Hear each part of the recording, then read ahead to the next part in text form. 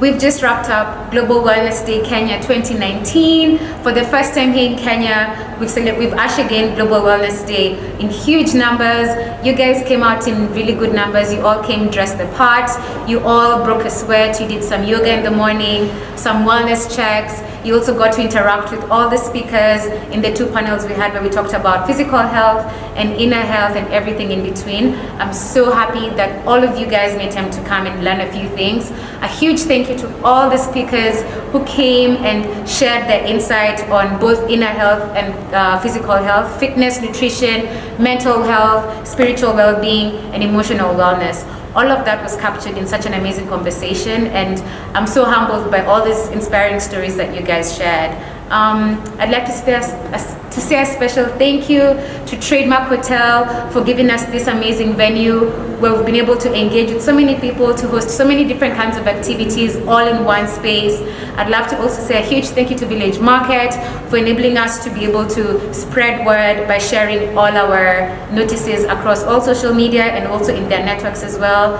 I'd love to say a huge thank you to Credit Mulie, who were able to sponsor us with paddles. Also, I'd love to say a huge thank you to Ignite Fitness, who were able to facilitate for us the 2 workouts, yoga and Zumba, which are completely amazing. And I want to say that yoga and Zumba is not just for women, because I think I could have counted how many men were there. It's for everyone. Any fitness activity is not for any gender or for any age group. So everyone in different age sets, you're all welcome to next year's Global Wellness Day. Come with your family, come with your dad, come with your mom, come with your friends, come with your colleagues, come with your neighbors. Global Wellness Day is for everyone. I also want to say a huge thank you to our entertainment partners, Baddesting Entertainment, who were able to keep us dancing throughout the whole event. You guys did such an amazing job. And then again, I'd love to say a huge thank you to the production team, or rather the videographer of the day, Desmond, Njenga. He did an amazing job with this, and I can't wait to see you all next year. TZ Talks is the platform where you'll be able to get all information regarding Global Wellness Day. So make sure you subscribe to tztalks.com. Make sure you follow TZ Talks on social media, at TZ Talks on Facebook, Instagram, Twitter, LinkedIn, and YouTube. And until next year, June, I'd love to see you guys again. So make sure you come in numbers, and until then, be well. I can't wait to leave this town, 'cause lately I've been feeling down. The cold nights just don't feel the same. Oh,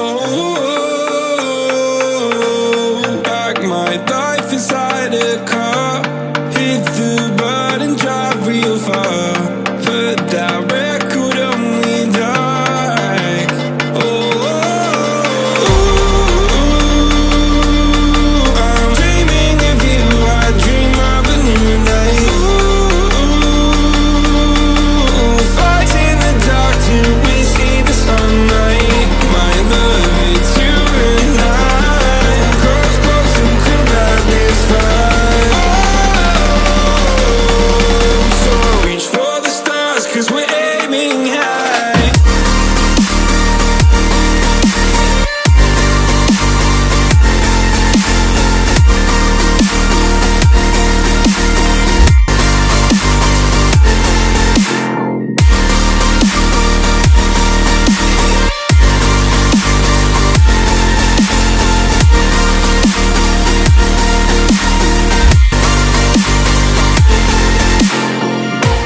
You can't wait to see me now, 'cause lately you've been feeling down. You lay awake alone at night. Oh, like your life inside a car. Forget the world and drive real far. Put that record on again. Oh, my love, it's you and I. Close, close and could light this fire. So reach for the stars, 'cause we're aiming high.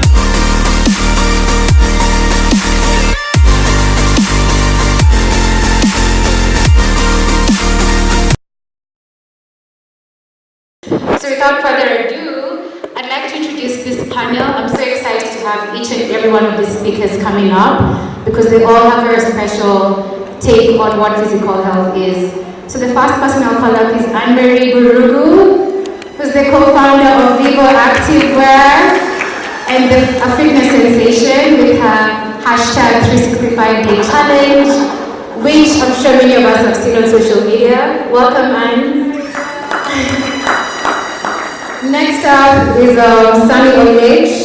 Sunny Olage is a professional rugby player. And he has a special take on how health and fitness is important as a sports career and also outside career as well. I'd like to call up Shiv Simani as well.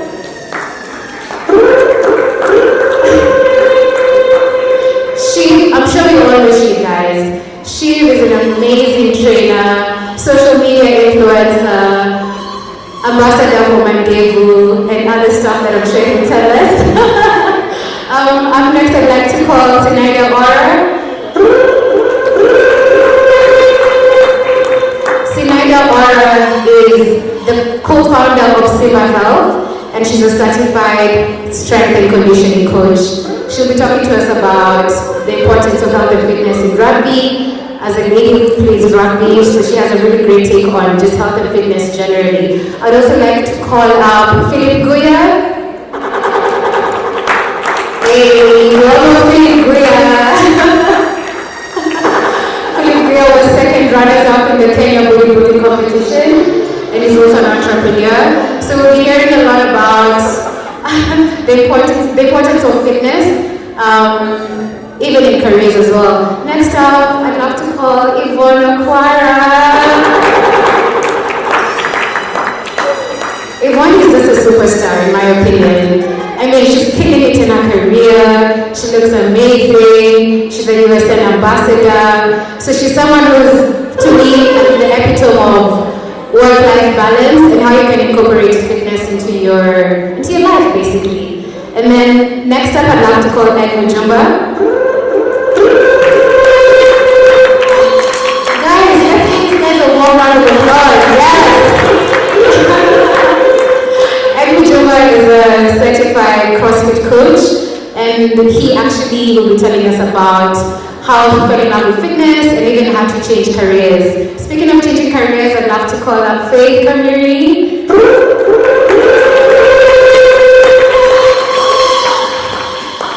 So Faith is a certified nutritionist, health and wellness coach, and also a CrossFit enthusiast. You're seeing her wearing a nice, lovely Ankara jacket, but she's very, very badass in the gym. So we'll hear a lot more about that. So yes, these are the speakers, guys. Next we'll give them another round of applause. And so we'll start. So basically the idea of the physical health panel is to show you guys that wellness is not just about doing your hair or doing your nails or going to the spa. There's a huge misconception about wellness being something that's that's a luxury, but it's actually a necessity. So I'd just like to start with Faith. Who's on my chair? I'd like to start with Faith, and I'd like for each and everyone to introduce themselves and maybe just talk about what they do.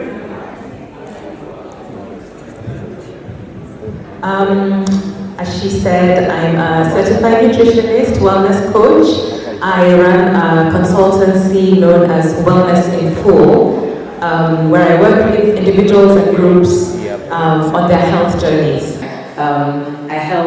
I love to help people get off the diet train. You know, I've tried this, it was great, I lost 4 kgs, but then I gained 5. Then I tried this, it was great, I lost 3 kgs, but then I gained 6. And then, at the end of all of that, you've ended up +3, if you look at the big picture. I used to work in finance, in the corporate world, and nutrition and fitness were my personal passion. And just organically, I realized that this is what I wanted to do full-time. So I did walk away from our corporate career, and this is what I do now. Thank you.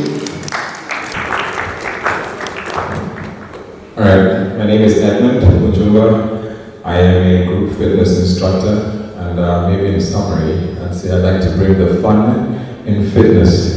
Bring the fun. So I work at Alpha Fit Gym. I run a program called Z6 Cross Training, so it's a metabolic conditioning program. It's really open to all fitness levels, so I just want to get rid of that whole stigma about, you're going to come to the gym and you're going to bulk up. It's just to give people that information that they need. So, I think more about myself later on. I just want to start with introductions of everybody, but thank you for having me. Good afternoon, everyone. My name is Yvonne Okwara Matole. I sometimes forget the third one. I'm a journalist and a fitness enthusiast and a USN brand ambassador as well. I took up fitness in 2017. Well, wellness, I think, because it began with me with changing my lifestyle, my habits. In 2017, I had surgery in September. It was actually a health thing that got me into fitness. And so I made the decision that I wanted to live a healthy life. I want to live long. I want to live well. I want to push my body to do things that I know it can, like live the ultimate with my body. So since 2017, I started with changing my eating habits, and then went into a proper fitness regime. So I managed somehow to fit wellness and fitness into what can sometimes be a very crazy schedule. Yeah.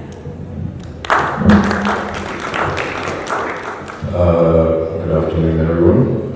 My name is Philip Guya. I am a bodybuilder.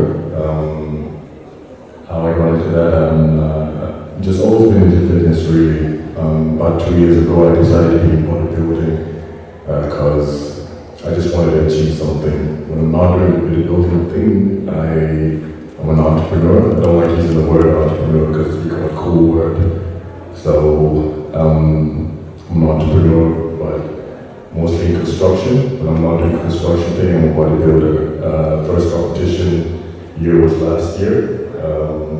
It was great, learned a lot, learned how far I could push my physique, and as far as from that, I found that a lot of people were a little bit motivated, especially young men, were motivated by just seeing me work out, and I think that's one of the little things that keep me pushing forward, especially when you get one of those DMs, like, yo, how can I get my fitness to, how can I get my arms to lift that way, or how can I get that program, my diet and my food, I'm finding it hard to do this. Those little things kind of made me happy. So I'm not too much about myself right now. The introduction should be short, but yeah, pretty much that's it. Good afternoon. I'm Njenga Ora. I play rugby for the Kenya National Women's Team.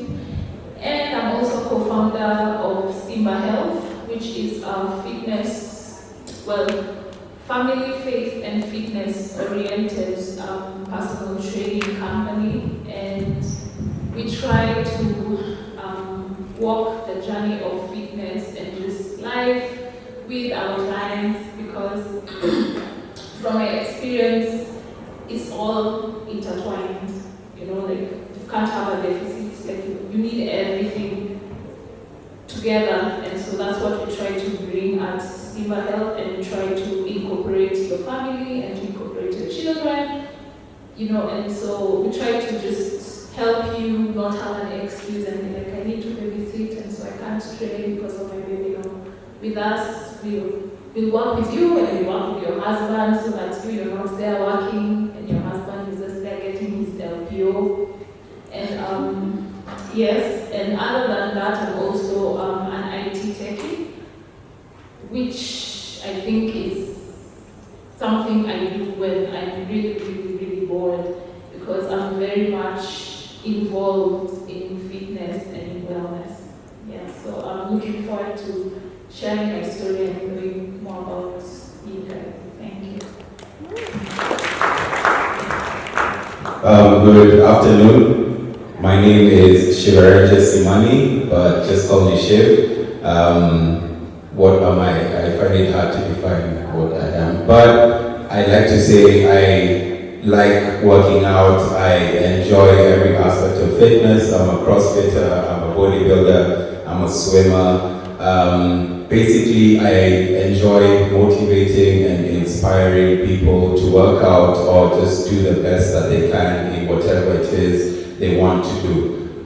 Yeah, in a nutshell, that's it. Yeah. Hi everyone, Samuel H.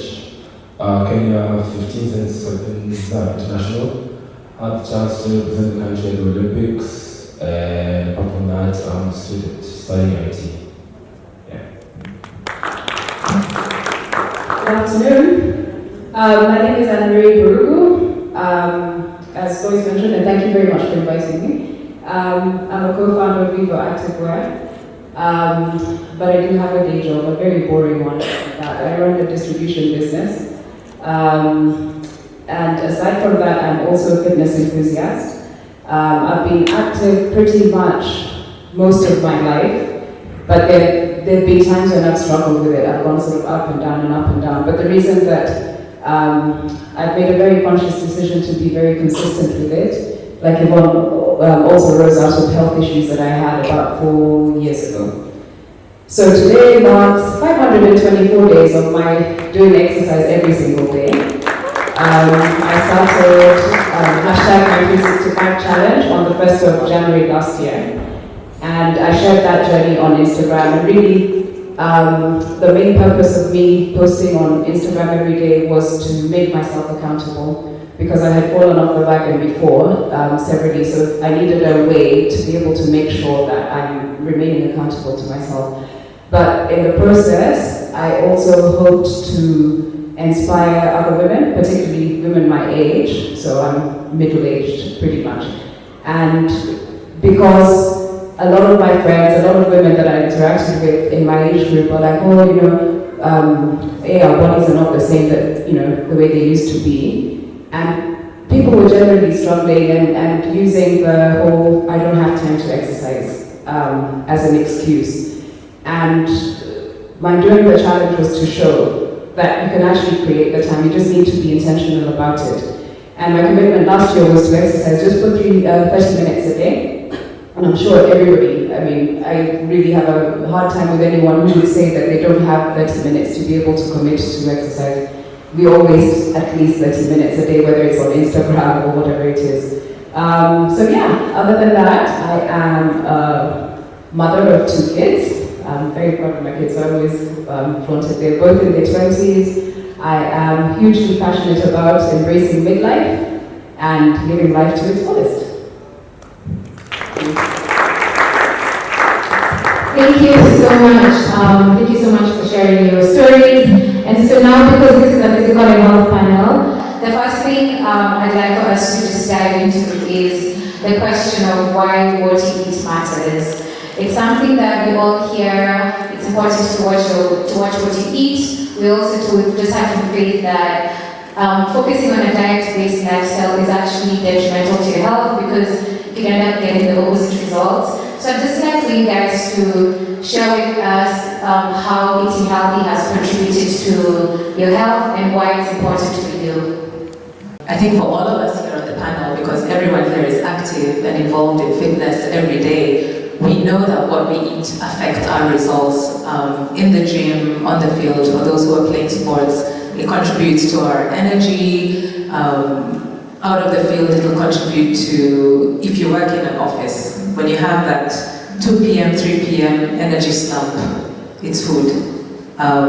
When you have your headaches and you're reaching for your caffeine or your coffee to keep you going, that's food. So you're using food to sort of treat a symptom without looking at the root cause, you know. Our bodies depend completely on what we give it. Our body doesn't produce its own energy, it depends on what you're giving it. So if you're giving it bad fuel, then your results will be like a smoky car. If you're giving it good fuel, then it contributes to your well-being and how you feel. I'm sure everyone has more to say. Yeah, I think I can also speak from my own personal experience. Before I even got into fitness, I struggled with weight. In the reverse, I just could not gain any weight. So it was a real struggle, but it's because I didn't understand nutrition, I didn't understand my body type, so I think that's the very first thing you need to do before you get into any kind of nutrition plan. So just understand where your body stands. You could be the type of person who, even if you eat more calories than anyone else, you struggle gaining weight. So I think for me that was the first thing. That was the first step before I got serious about fitness. So I would join the gym, and then after that I realized, okay, I'm lifting as much weight as possible, but I remain the same weight. So I realized that the thing that I need to focus more on is, okay, understand my body type, and then now scale my food based on just what my body needs. So I think with that bit, that just became easier then for me to gain the weight that I needed. And I'd say also now from maybe a career perspective, that would also be for recovery, because due to the nature of my job and a few others here, I can tell you, recovery is very important, because you're active the whole time. You go to bed, or you wake up very early in the morning, maybe if you have to, or you go to bed late.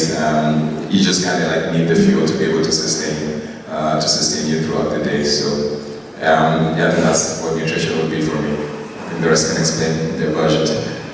I have a mic here, but it's fine. Go first, lady. Oh wow, my lady. Okay. Thank you. So. I know you hear the cliche that the body is 80% nutrition and 20% gym. I personally believe that is true. A lot of us do, if you go to the gym and then you want to reward yourself after, so zero-sum game, nothing happens. Let me say, I did one of those diets. It's an aloe vera-based one. I know you've seen it all on Facebook or wherever. And you drink this liquid, and the first 3 days I was weak. In fact, I actually scheduled it for when I was on leave, so that I could sleep all day. I was snatched. I lost weight. It was water weight.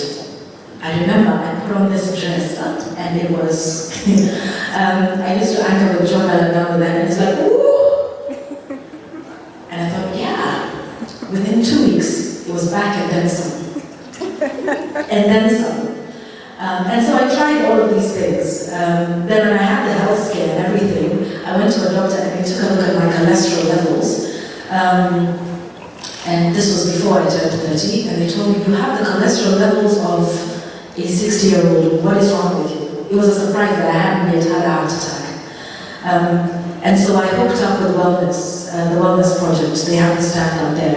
And it's just about learning that there's some things that your body doesn't need and you can get from natural sources. All of these processed foods, remember, we don't know where the food that we eat is grown. I mean, unless you live, in a little farm and you grow your sukuma wiki here and that sort of thing, we don't know. So already we're, in a bit of a fix. But all of these things that we reward our bodies for, with sugar and chips and cooking oil. And so I first embarked on a program with the Wellness Project, which is just 3 months of completely overhauling my diet, my triggers, understanding what works for me, what doesn't. Because yes, I don't know for everyone else on the panel who's above 30, I could eat anything before that. A month after I turned 30, you eat it here, you feel it here, you see it everywhere.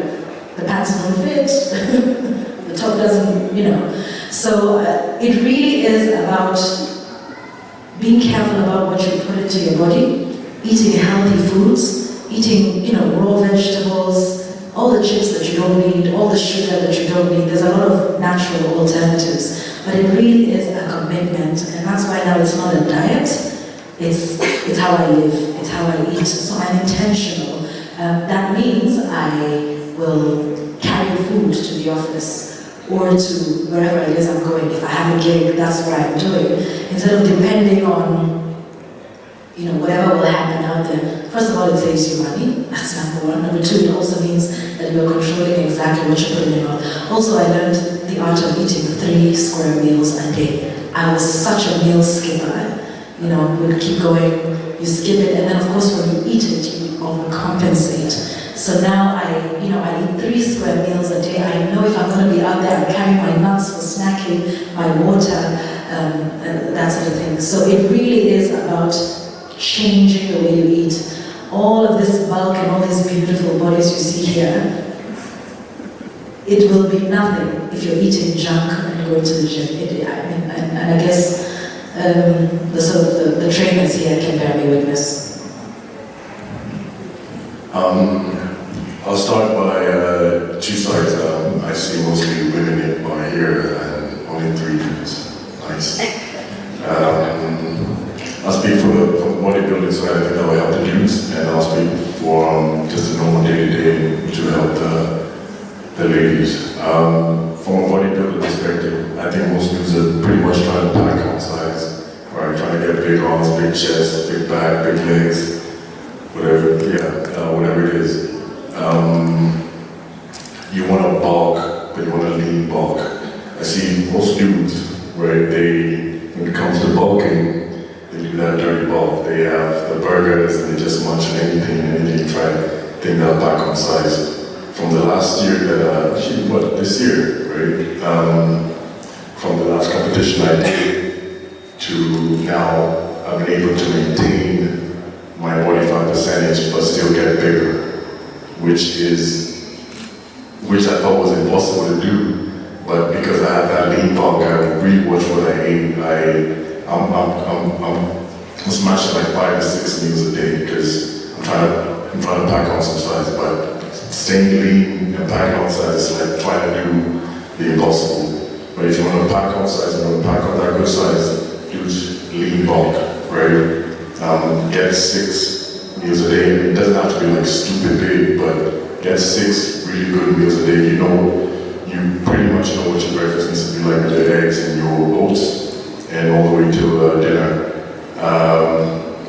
That will really help you with size.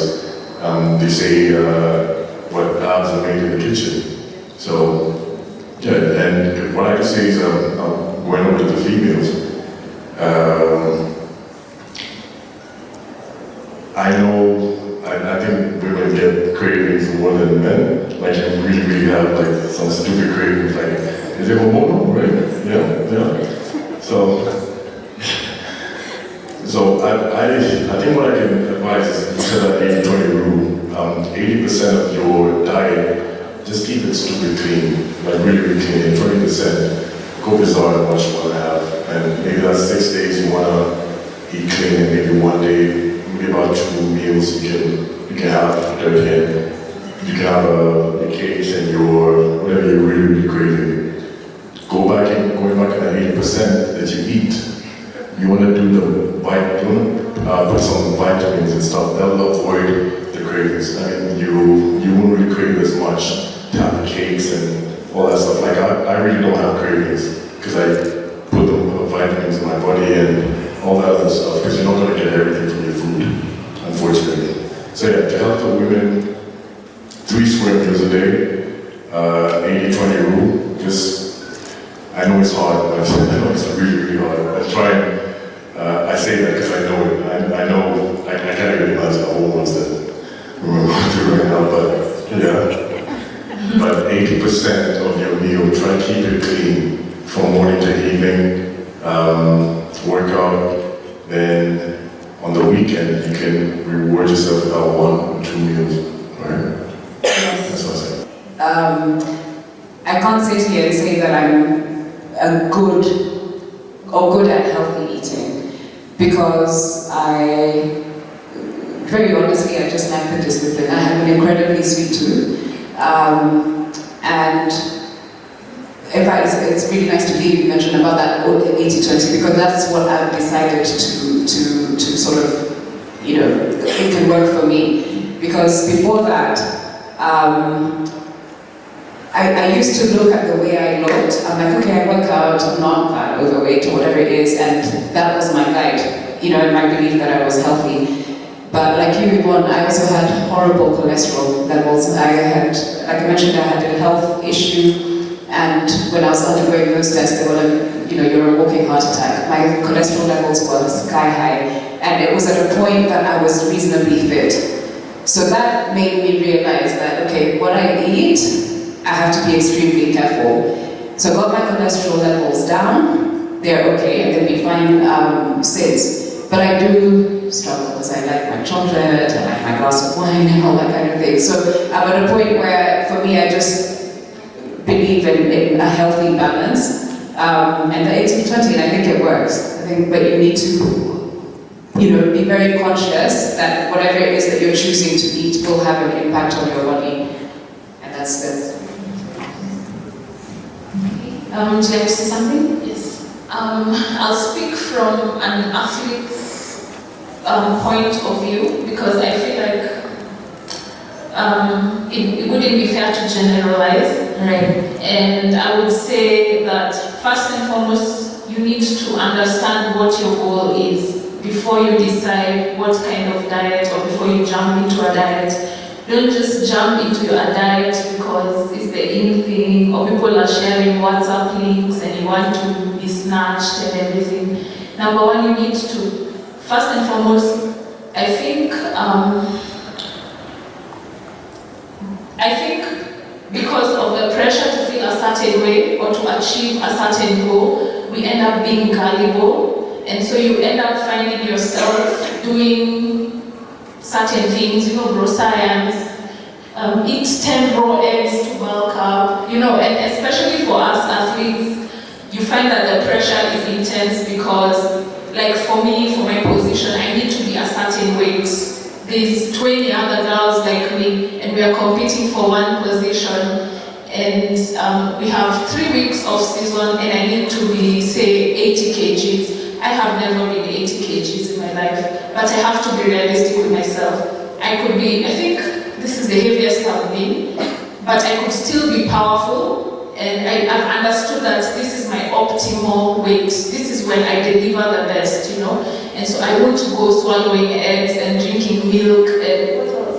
Raw chicken and street chicken skin, and what else? What else? Anyway, so my point is, before you jump into a diet, understand your goal, know your health, like maybe you have a history of, high blood pressure or whatever, but then you want to go into maybe say Z6 and your Z6 is intense, then you want to collapse over there, and blame it on the instructor. Know yourself first. No, this is my strength. I have these kind of dietary issues, and before you jump into anything. And then the other thing I'd speak on from a trainer's perspective is don't be naive to everything that goes on socially in terms of diet and working out.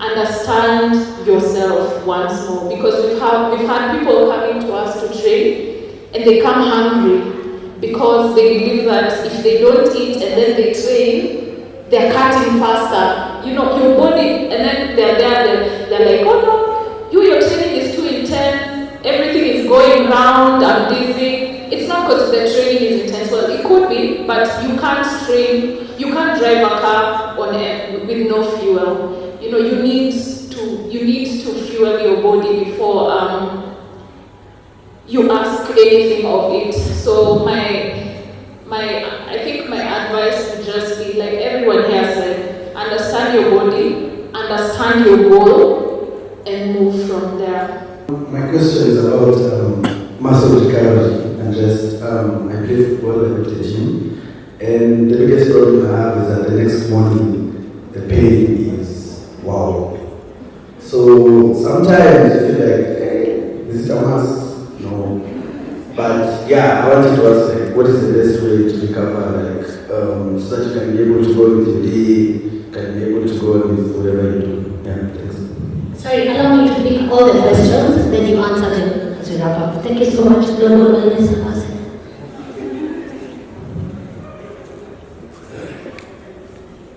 Okay, you can ask personally, those are the kind of people we want.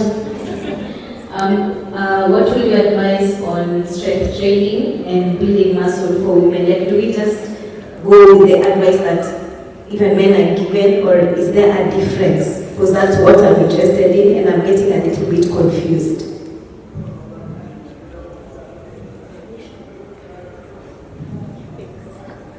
So this one's connected to this question.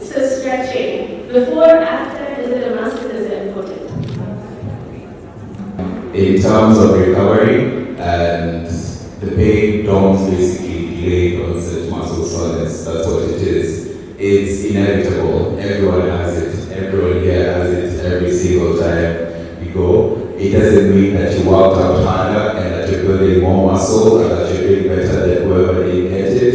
It just means that your body is taking time to recover. There's some lactic acid that needs to be rolled out or stretched out, or you need to eat to recover, and you need to rest to recover. By resting, I mean you need to sleep. Take time to rest, take time to sleep, take time to stretch. I think it's super important to stretch in terms of your recovery, your joints, health, your mobility. How good are you? Are you able to squat as to grass? Are you able to do overhead squats? Are you able to touch your toes when you bend? All that ties into recovery, and also just avoiding injuries at the end of the day. So rest, eat enough to support what you're doing. If you're gymming and playing football, you probably need to eat enough to support that. Otherwise, you're just really stressing your body. Yeah. So eat to support that too. Then I'll just jump to the strength question. I really believe you should train like many believe it's the same thing. Train as hard as you can. Yes, you may be at what's the word I'm looking for? Like disadvantage, because you don't have as much testosterone as we do. But if you look at it, ladies tend to be a lot stronger and have more stamina than us when it comes to leg workouts, when it comes to just doing a lot of leg stuff. You guys have some amazing stamina. But yes, when it comes to doing push-ups and upper body stuff, it's just the way it is. We will tend to be stronger and have more progress faster, but that doesn't mean that you shouldn't train as hard as we do. You should just still do your push-ups, still do your squats, still do everything that we do. Just train hard, but be a bit more patient and understand that you have less testosterone than we do, and some things just won't be achieved and in the same amount of time. You might just have to work harder. Yeah. Thanks, Chief. So for the football players, sorry, I didn't get your name. I would say that for stretching, before you play, you really need to stretch, especially the muscles that you engage. And after, you also need to be thorough with them, because I think it's different when you're explosive as compared to when you're in the gym. Or with the gym, you can, there's things that you can bypass or whatever.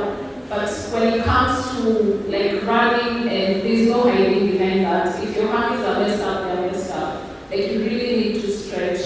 And then for her question about before and after stretching, so there's two types of stretches. There's static stretches and there's dynamic stretches. So before you go into, dynamic stretches is stretches that involve movement.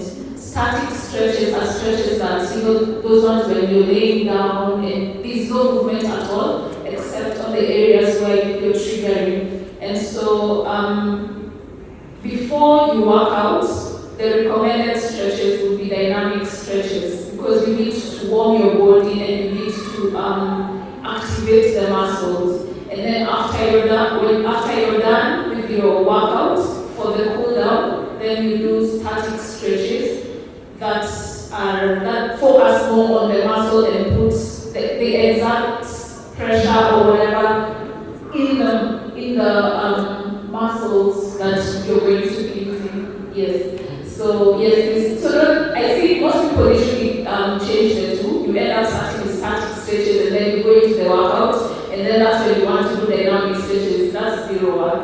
It's supposed to be the other way around. Yeah. After you're done playing, you just stop playing.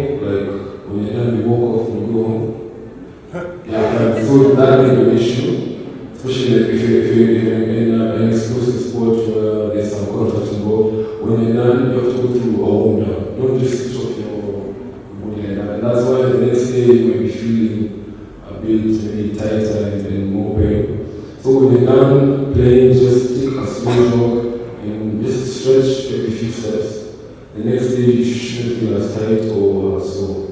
So like after you learn how to like play football, just go through a slow jog, a warm down, just cool your body down, because your muscles still quite warm, and the more elastic at that time, so you can go through a proper stretch. Yeah. I think we want to touch on the topic of flexibility and stretching. I think that should be the number one thing you need to focus on, whether you want to build muscle, you want to lose weight. I think one of the things that hinder progress is first of all like range of motion, like how far can you extend your arms? Are you doing a squat properly? Maybe there might be something that you're, let's say maybe your hips are a bit too tight, that you're never able to go below depth, and you keep wondering like, why do I keep squatting and I feel the pain on my knees?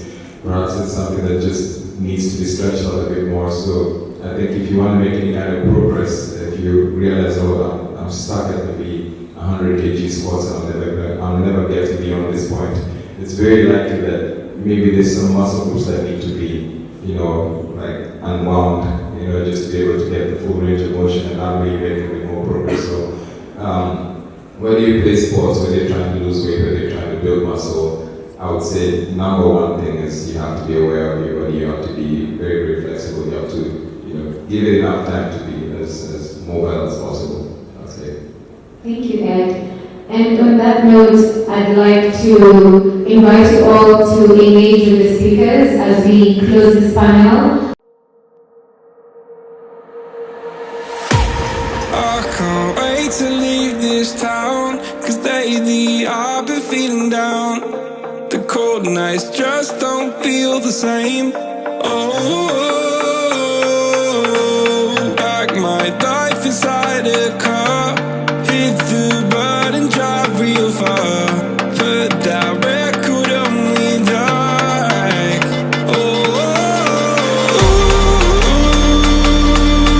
I'm dreaming of you, I dream of a new night. Fighting the dark till we see the sunlight. My love, it's you and I. Cross close and could light this fire. So reach for the stars, 'cause we're aiming high.